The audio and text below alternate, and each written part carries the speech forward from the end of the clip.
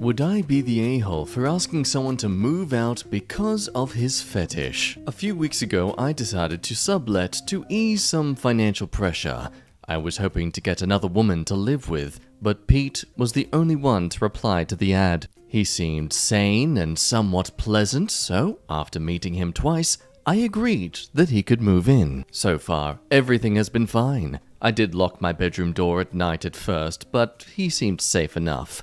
He went back to college recently, we're both in our 30s, to study computer science and is now on some sort of work placement, hence the need for the room here. All he seems to do is write computer code. He doesn't go out, doesn't bring people back, doesn't seem to have a life outside of his studies, which is fine. I was discussing his quietness with a group of friends recently, and one of them realized that he had dated a friend of hers. I got her number to find out more about him, and if he really is as safe to live with as he seems. He checked out. His ex said that he is a very decent man, but keeps to himself most of the part. She said that the only weird thing about him is that he has a foot fetish. That's it. But I'm not sure how I feel about this. I'm always barefoot at home. I'm concerned that I could be facilitating or playing into something intimate for him. Sorry. Maybe it's because I'm looking for it, but I think I've even seen him looking at my feet recently on a couple of occasions. I don't want to change how I am in my own apartment. I'd find it uncomfortable to wear shoes or anything similar at home. I'm tempted to ask him to leave. He's not strictly a tenant as I own the apartment. There's also no lease, but I have to concede that he hasn't actually taken any action to make me feel unsafe. That said, I really don't want to have to wear shoes in my own home, and I don't want to be intimately exciting him. Would I be the a-hole for asking him to leave? So I'm gonna say something that may seem a bit of a cruel truth, but OP, you are a woman. Anything about you is attractive to a guy. I guarantee this man has noticed your butt and your cleavage and your ears and your nose and your eyes and the color of them and your hair far more frequently than he's noticed your toes. Now, in defense of the fellow male, that's just male's instinctive brain being instinctive, where we just see something and we look at it. I see a colorful outfit, I see some hair, I see something moving in front of me, and I look at it, you know? It'll be a microsecond of attention that'll fade into my subconscious. But yes, I do it. But also yes, it means nothing. So I have to agree with these top comments down here. You would be the a-hole. 1, it's none of your business. 2, you went snooping and discovered this private information. 3, just because he has a foot fetish doesn't mean he's salaciously eyeballing your feet at every opportunity. He just likes feet when he's being intimate. It doesn't mean he doesn't have control of himself. Far more accurate as to what I was saying before. Just because you're attracted to something doesn't mean you lose all control of yourself the moment it's there in your face. Otherwise, I'd always fall into a puddle of goopiness whenever my girlfriend tells me she loves me. And I do, but that's beside the point. 4, it's no different than having an intimate preference for any other body part. 5, get over yourself. Who even says he likes your feet at all? Also, some even commenting that this is kind of the ideal roommate. Like, oh no, this is the biggest problem? At least he isn't a drinker or have some drugs and stuff coming into the household. Yeah, I like men. That doesn't mean every time a man walks by me, I'm automatically horny for him. Get over yourself. Your feet are likely nothing special. Oh, that's mean. Now, despite the overwhelming yatas here, I do have to understand, of course. I'm coming at this from the male perspective of someone who is aware of what they're into and does have just that inhibition to be obvious when they have a glance at noticing something or someone attractive. I don't live in a world where I notice that so easily as women do. I don't experience, or at the very least am aware of all the prying eyes that are on me at all times just because I wear something that might show a little bit of skin. So I don't think it's fair to shame this woman for just, feeling uncomfortable with the thing she's told by everyone to feel uncomfortable about. But in the case of literally kicking someone out of a place just because of this that, again, hasn't actually directly affected you at all, I think it's mutually agreed that they would be an a-hole. Am I the a-hole for moving my son into a rental apartment after finding out that his dad's been cancelling his job applications? Best way to explain the story? The origins of Dobby the house elf. My son, Aiden, 23, moved back in with us upon graduating college as my husband wanted. My husband's original plan was to have Aiden live with us for free, but stay home and help with his disabled younger brother, who's 16. Aiden started complaining about needing money and wanted to find a job. My husband was against this and even offered to double his allowance, But Aiden was growing tired of staying at home. So he began looking for jobs here and there for over a year, but none of his job applications came through. He'd just apply and they'd never get back to him. We were confused by this until recently. I found out that my husband was behind all the job applications being cancelled. He'd wait until Aiden applies, then he proceeds to cancel the application by impersonating him and using his email. I blew up at him for this, but his justification is that he's just trying to make sure that our younger son is cared for by Aiden, and said that Aiden has been a big help and getting him a job will affect his care for his brother. I went ahead and rented an apartment for Aiden and told him to stay there till he finds a job and starts paying for it himself. Aiden was hurt upon knowing what his dad did. My husband was livid when he found out. He called me unhinged and said that I was separating the boys and teaching Aiden to become selfish and care more about a job than family. Ooh, projection. He also said it was a huge decision for me to rent an apartment without even running it with him. He's been giving me hell about it and is calling me a terrible mother for encouraging Aiden to be selfish and self-centered. He said I needed to see and understand why he did what he did. Quick edit, a few things to mention. 1. My husband says that since he and I have health issues, then we could use Aiden's help. 2. When I suggested outside help, my husband refused, saying he won't ask anything from anybody and that his son is his problem and nobody else's. Interesting, yet you delegate it to your other son instead. 3. I used money from our joint account to pay for the rental apartment. My husband said it was wrong and that it was a major waste of money since we deal with medical bills consistently. True. It's almost as if the mother is willing to sacrifice her own financial comfort for the benefits of her own child? Yeah, you're right. Completely selfish of this parent. Some people offering some very constructive thoughts. So this seems to be one of those stories where it's you're an a-hole for doing this, but also you're not the a-hole for actually trying to fix it. Like what makes them the a-hole is that they didn't do this sooner. Thank you, Captain Hindsights. Some other everyone sucks here saying, your husband obviously, but you as well. It's not Aiden that should move out. It's your abusive, dishonest, awful husband. I can't even comprehend why you'd want to remain married to this individual. But you don't understand comments. If she doesn't stay, she's selfish. You know, by doing the thing the husband wants her to do that only benefits him. The irony. Moving on to a wonderful husband who has stolen money from his child before it's even a year old. Well done, great job. But don't worry folks, it's for his mental health. Would I be the a-hole if I used part of my paternity leave to visit my family? My wife and I have been arguing about this for weeks and she suggested I post here. She knew what she was doing. My wife is 16 weeks pregnant with our first child. We have been discussing how to use our family leave. Each of us get 8 weeks of family leave to be used within the first year of the baby's life. My wife is planning on taking her whole 8 weeks right when the baby is born. She thinks that I should take 2 weeks when the baby is born and 6 weeks when she goes back to work so that we don't need to put the kid in childcare until he's 14 weeks old. But the issue is that I want to use 2 weeks of my paternity leave to visit my family who live out of state, so I don't have to use vacation days. I gave her 2 options. 1. I can spend 6 weeks with the baby when she goes back to work, but I won't take the first 2 weeks off. Or 2. I can take 2 weeks off when the baby is born and then 4 weeks off when she goes back to work. This is my preference. Sir, the point of paternity leave is for the baby, not for you. It's called paternity leave, not daddy leave. As much as it sounds like it's better off if you do that. My wife says this is unacceptable and that I'm prioritizing my family over her and the baby. I disagree. I don't think it makes much of a difference if the baby starts daycare at 12 or 14 weeks. I only get to see my family once or twice a year since they moved out of state, and I think this is a good opportunity to do so without it impacting our vacation time. I think her dislike of my family is affecting her logic, and that, if they got along better, she would be fine with this arrangement. Plus, lots of men don't take paternity leave and their families manage. Okay. I'm still dedicating 6 weeks to the baby, so we will have plenty of bonding time. Am I the a-hole or is she being unreasonable? I'm gonna just give it a cuttlefish right here. She says I'm prioritizing my family over the baby. I disagree. I'm prioritizing my vacation over the baby. So yes, another obvious yatar here, but still this, oh my gosh. Why women have babies with men like you is beyond me. But despite all the heavy yatars, there's actually some people in heavy support with some great arguments. Yatar, I don't have to explain it. Just read all the comments to know you posted in hostile territory. Yeah.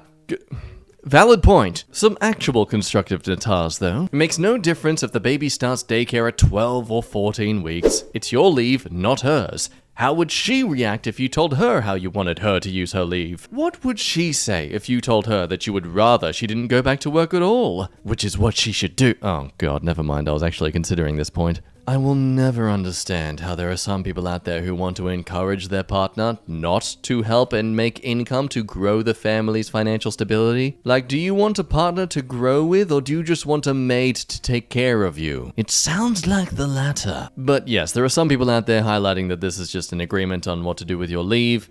However, despite people somewhat understanding him wanting to use his time off with the baby to also visit family, it makes stronger sense that, yeah, the point of the leave is to be with your child. You know, that thing you clearly wanted, right? Because it sounds like it sounds like you don't. Despite all this, though, I can understand the whole argument of, you know, what is rightfully yours. In which case, this leave is his to choose how he sees fit with it. So what do you think here? You think he is fair to use his leave how he wants? Again, it is his leave. As a parent, he's allowed to use it how he wishes and what he finds to make him ready for family. Hell, maybe that 2 weeks is time for him to see his family and speak to his mother and father and, you know, get an understanding of raising the child too. I know that's immediately debatable, but I'm just trying to put an argument for argument's sake. Let's move on to another story where someone was somewhat thrown off the internet for their post, titled, "Am I the a-hole for thinking my maid of honor should spend the day before my wedding with me? I will always honor the women who make the valiant sacrifice to be a maid of honor." Like, unless you have a rich friend who is actually respectful of your own personal autonomy in life outside of their own wedding, you deserve a Purple Heart, that's all I'm saying. I'm new to Reddit. My future brother-in-law suggested I post here. I'm a 33 female. My fiancé, who's 29 male, are getting married in August. We happen to share the same birthday, and our wedding is the day after. My maid of honor, B, 25 female, also has the same birthday as us. So for the day before the wedding, I had suggested to Bex that she join us, mine and fiancé's family, for lunch and then help me to prepare for my wedding day. I also asked that she share a hotel room with me the night before, so she can be there for me the moment I wake up to support and calm me. She agreed to stay in the hotel with me, but was a bit vague about agreeing to lunch, as she said she didn't know if she would have plans. This was a few weeks ago. Skip to today, and Bex's husband, Lee, messages me to say that he's organized a romantic day out for Bex's birthday, ending with a concert. He told me it was going to be a surprise for her, so he was letting me know in advance so that I could plan for her absence the day before the wedding. So Lee essentially has just thrown a live grenade into a room and shut the door. Nice work, man. I will admit that I became sharp with Lee. I told him it was inconsiderate of him to book something for Bex the day before our wedding when he knew she had responsibilities. Lee told me I was a crazy Bridezilla if I thought I was going to make Bex do slave labor on her birthday. Bex is really good at organizing and she loves to help. I don't think she'd see it that way. Lee did say that if Bex still wanted to come back to my hotel room after the concert, that he wouldn't stop her, but that I absolutely cannot have her during the day. So I went to one of my bridesmaids, Val, 29, and she agreed with Lee that I absolutely have to let Bex go off and enjoy her birthday. I told Val I was annoyed that Lee hadn't even asked me if I could spare Bex. He had just told me she wasn't going to be available. I also told her that Lee hadn't even offered me his concert ticket. So that Bex, my maid of honor, and I could have a fun evening together the day before my wedding. How dare this man who already has some hostility towards me not give me what the thing is? She told someone what I said, and now I'm getting hateful messages from my other bridesmaid and friends saying that I can't behave that way. All I want is to spend the day before my wedding with my maid of honor. Am I really the a-hole? I'll add that I don't know if Bex knows yet. She's organized so much for me, so I think that she would help me if I asked her. And hopefully this becomes the straw that breaks the Bex's back. Edit. For everyone asking why I'm relying on Bex so much, it's because my fiancé hasn't been much help during the whole process, so I obviously need someone to lean on and talk to about my vision for the day. What? Oh no. And you're marrying this person who won't even be there for you? I'm one who doesn't care too much about ever getting married in my life, but I understand the importance of it to many people. So the fact your partner, your fiancé, the man you are planning to be with for the rest of your life, allegedly doesn't care too much to be around for it. I don't, look, all the best to you, you know? Straight to that top commie. Wow. Huge guitar. Seems to me like you've been taking advantage of a kind friend.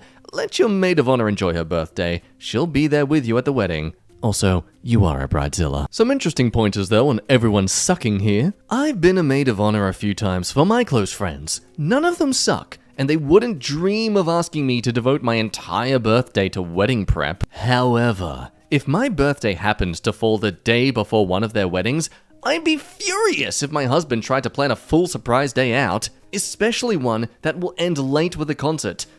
Sir, Bestie is getting married tomorrow. I have stuff to do and girl time to spend. We can celebrate my birthday the week before or after. Which brings me to my thoughts about this. So yes, it is her birthday, she can do whatever she wants, but also, as the maid of honor, she would have been made aware of the wedding date for a long time beforehand. Realistically, it doesn't matter when you celebrate your birthday, but more so if. Now, this might just be my own personal view of it all, but Beck is adamant that she has to celebrate all this stuff the day before something she's already offered to commit to, then, ooh, look at this fence here. I might just step to the other side of it and say that, yeah, maybe the OP's not the a-hole so much here. Of course, that all said, it does sound like a case where this woman's just been taking advantage of their friend's generosity. Generosity that absolutely takes up a lot of one's time and availability and money. But besides, it's not really about Becca, it's about whether or not she's the a-hole, the OP, or the husband. So, I don't know, I'm personally stuck on the fence here. I've got my pants stuck in it. Help, please, I'm stuck, I'm trapped, help me, please. The husband would have been aware that this wedding is tomorrow. Anyone with some sense of common sense would understand how busy and focused you need to be in prepping for a wedding that is the day before. I don't know, I honestly do think it is everyone's sexier at most. Maybe just a little smidge of Natar. But again, I'm also just stuck on the fence here. It's not that I'm not committing to any side. Because I have the opposite of integrity. Yay!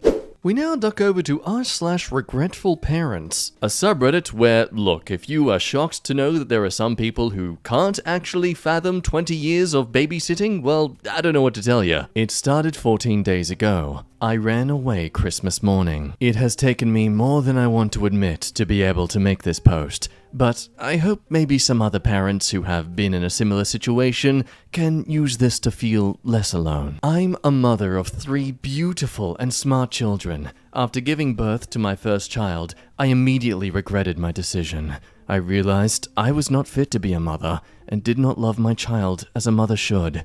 My husband, a couple of years after this, convinced me to have another. I was at first extremely hesitant and did not want to have other children, but I decided that maybe this was a way to fix things and give my other child a chance to have a sibling. That, of course, didn't work. My husband loves kids, and because we come from a culture that sees the more children the better, I gave in once again and had my third.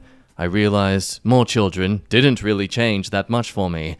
I was already a mother after my first, and my life was already ruined back then. So already some would say this mother is painting herself in a terrible light. And full disclosure, as some already know, I'm a child-free person myself. And though I stand on the belief that one should never even think about having kids until they've literally researched and studied it like they are a professional career, I'll still hold sympathy to those who have kids and end up regretting it or feeling like they actually weren't as ready as they thought. Because as I'm sure many people who watch these videos who they themselves are parents will understand, nothing theoretical can truly prepare you for what it is to raise another human being. Some people find out they're not ready for it until they've already had kids. Some people realize they are ready for kids when it's too late. Either way, they don't deserve to be shamed for feeling this sense of regret. What matters is their efforts moving forward from such a realization, and well, you let me know what you think based on what she does next. Now, I don't want anyone to think that I am a bad mother. I am a great mother, and I fight to hide my depression every day.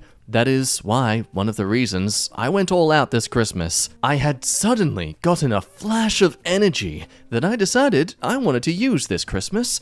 My husband, loving my change in attitude and spending time with family, was all game on having a huge Christmas family party, which included our parents, our siblings, and all our children. We were a lot of people, and most slept in our house on Christmas Eve. There were a lot of presents under the tree because of that. Christmas morning, I woke up earlier than the others to prepare breakfast, and I look inside the living room and just scream, completely breaking down crying. All of the presents had been opened. The boxes were opened and the presents were scattered everywhere. I completely lost it, and that woke up the others. When the children saw, they started crying too. They had all been so excited for the many presents this year. The adults were in shock. Well, if you wonder who the culprit was, we quickly figured out that it was my youngest. He literally went downstairs with one of his opened presents. They have recently entered a super defiant and curious age,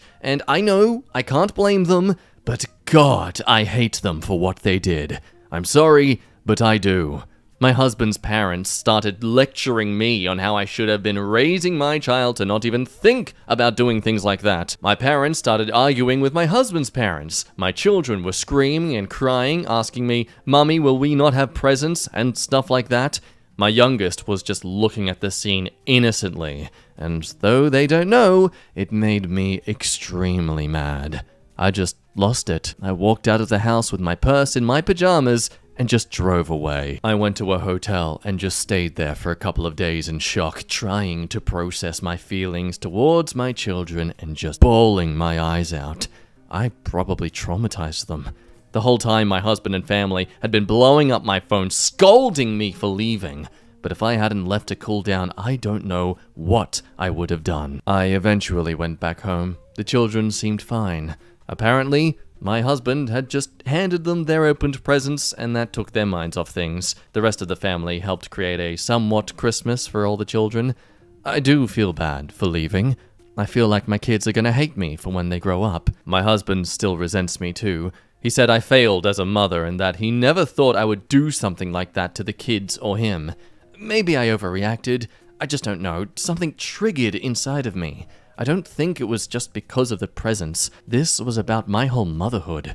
My family told me that someday I will be able to look back on this and laugh, but I don't think so. I really don't think so. I can't even look at my youngest right now. As someone says here, rightfully so, it's interesting that technically out of all of this, the more out of control person here was really the adults. I mean, for clearly parents themselves, they sure don't seem to understand when a child is literally being a child. Of course, absolutely discipline your child for doing this, but understand it's not like he really can fathom the consequences. On the other end of things, before I criticize the father here for being just so ignorant towards their own partner's feelings, I do have to wonder just how much she was being defiant towards his wants for children.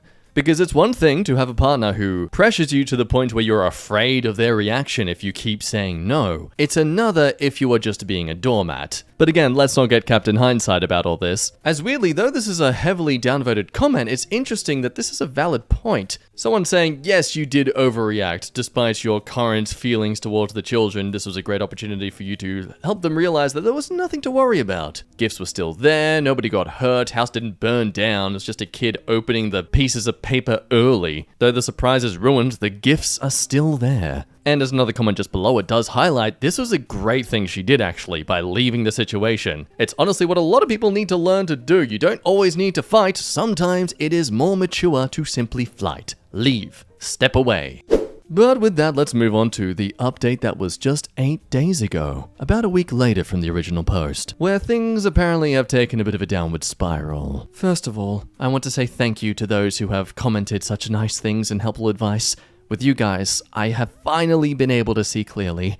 For some, it might be stupid that an internet site completely changes one's mind, but I have had no friends, no strangers, and certainly no family telling me any of the things I have been told in this group about me, my family, and the particular situation that occurred Christmas morning. Honestly, it was a wake-up call. Looking back at my life, I have started to notice the wrongful way I've been treated more and more by my husband, his family, and sometimes even mine. It has been almost as if I have just become used to my role as a mother and wife, and therefore forgotten myself completely. Forgotten my own needs and desires.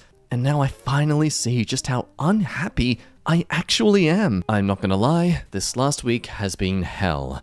I've been reading the comments and bawling my eyes out late into the night on a chair on the porch while everyone was asleep. It was almost kinda cathartic in a way. I suggested going to family therapy to my husband, but he would hear none of it. He wouldn't put the kids in it and claimed the only one who needed therapy was me. It was like talking to a wall, and when the argument got really heated, he did something that changed my view of him forever. It made me realize that I don't even know this man anymore, and that I needed to get the frick out even though he apologized profusely. I went to my parents' house, again, bawling my eyes out, and told them everything that happened. My mum cried with me, and my father had an aura of sadness around him, of course, as many dads, having that stone-cold and strong face. I knew he was hurting, though.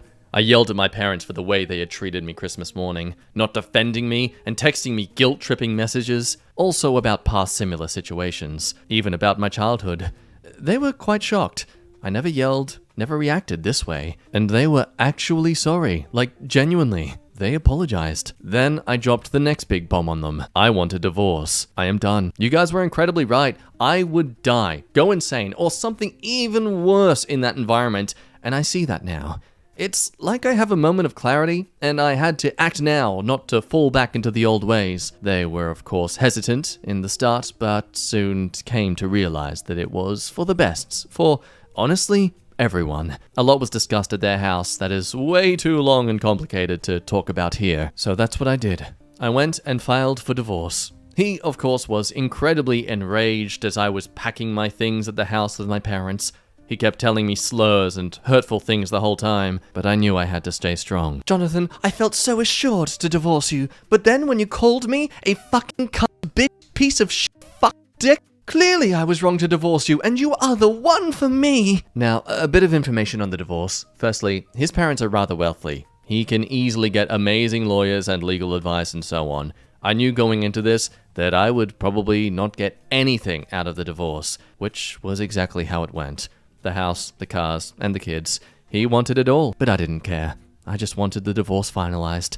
If that's his criteria for getting my life back, I'll take it. A long legal battle wouldn't be fair for the kids anyways, and I wouldn't even be able to take care of them if I, for some reason, actually won. I know they will be loved, cared for, and happy with their father, and that is the best I can give them right now. I will be able to see them once a month if I see fit though, and for me, that's perfect. I won't describe too much about how saying goodbye to the kids went. Of course, it was absolutely heartbreaking in many ways, but it is too late to look back now. We have explained to them together about what's going to happen, how it is going to be, and so on. The divorce is still being finalized, so technically I am not completely free, but in spirit, I feel so freaking free. It is as if a weight on my shoulder has been lifted. Of course, I carry the guilt and sadness for my kids deep inside, but I keep telling myself that what I did was best for both of them and me. I send them thoughts every day, and I plan on writing them a long letter each about my side of the story. I want them to understand that none of this is their fault. I currently live with my parents, and I feel a sense of sadness from them too. They will, of course, miss the big family and the kids, but I think they know they had to put me first this time. Of course, they do not agree with everything, but I never expected them to. Talking about my husband's family, on the other hand, my God, the guilt tripping. We know this isn't you. The messages were endless. I simply had to block them in the end. It was too much. When the divorce is finalized, we will let my siblings know as well. I have no idea how they are going to take it. My husband's siblings had just blocked me, which honestly was fine for me. I found out because I kind of imagined they would do something like that and had to check after blocking his parents. I know some people may see me as a horrible mother and person, but for once, I choose to listen to my heart with a little push from some people online. Thank you to you all once again. I am at this moment looking at hotels in Spain, just waiting for the divorce to be finished. I'm visiting an old friend over there that I haven't been allowed to visit in years. I had a little saving outside my marriage, enough to spend a week or two over there. Luckily, my workplace is owned by a friend that was super understanding, so they let me have a month off to figure out a place to live and have some time for myself. It is as if I am in a dream, and I'm scared of waking up, and suddenly I feel like a new woman. Can't wait for the plane ride away from the country, and even if it is just for a while, it will feel as if I am truly living a new life. I wish you all luck and joy throughout your lives. Lots of love. Overall, people feel very relieved to know that this person has found something best for themselves. And for what the situation is, agreed. It is absolutely messy. Yes, you're leaving these kids without a mother. I can guarantee that if you have any little boys, they are gonna get their mummy issues. But look, at this point, being a parent who didn't want your kids or doesn't still want them, rather they grow up with that sort of trauma and not something that could be even worse. And considering how much of a scumbag this father has turned out to be, I wouldn't be surprised if he constantly projects his hate for you onto them anyway. Well, my friend, that's where we're going to end today's stories. Thank you, as always, for watching this far into the video. Hope you enjoyed this new,